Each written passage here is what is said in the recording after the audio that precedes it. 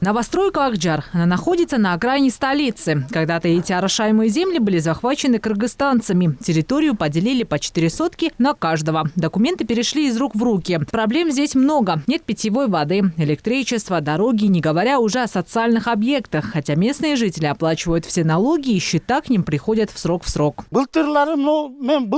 Еще весной этих построек не было. Говорили, что построят школу. Но почему продают эти земли? Причем незаконно. Если законно, я сам готов купить землю и построить дом. Но это ведь не так. Люди на последние деньги, а возможно даже на кредит строят дома без документов.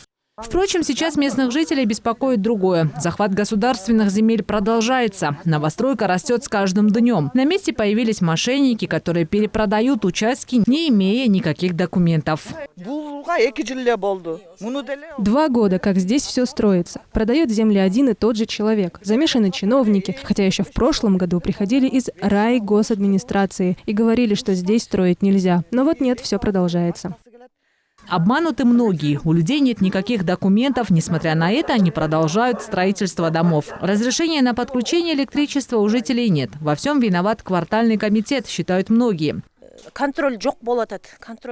У нас очень много проблем социальных. Контроля нет. Мы 13 лет брали воду у соседней новостройки. Много болеем, потому что вода нечистая. Новостройка растет. Власти должны были думать об этом. Но земли продают, а проблемы людей остаются. Жители просят власти произвести трансформацию земель, но сделать это практически невозможно. Наложен мораторий. Местные депутаты пытаются решить проблему. Будет отменен мораторий или нет, никто не в курсе. Во время агитации много обещаний давали и кандидаты в депутаты Жогорку Кеңеш. Кылмыш ишин козгоодон баш тартылган материалдар Аламидин район прокуратурасында кылмыш ишин козгоодон баш тартуу жөнүндө чечимин бузуу өтүнүчүн келтирген. Только за 2 года в органы внутренних дел поступило 329 заявлений от жителей новостройки. Но ни по одному из них не возбудили уголовное дело. А квартальный комитет уверяет, что это провокация со стороны жалобщиков. Если есть факты, то прокуратура или другие силовые органы должны провести расследование и выявить мошенников. Но я не верю людям. Все только на словах. Земли никто не продает.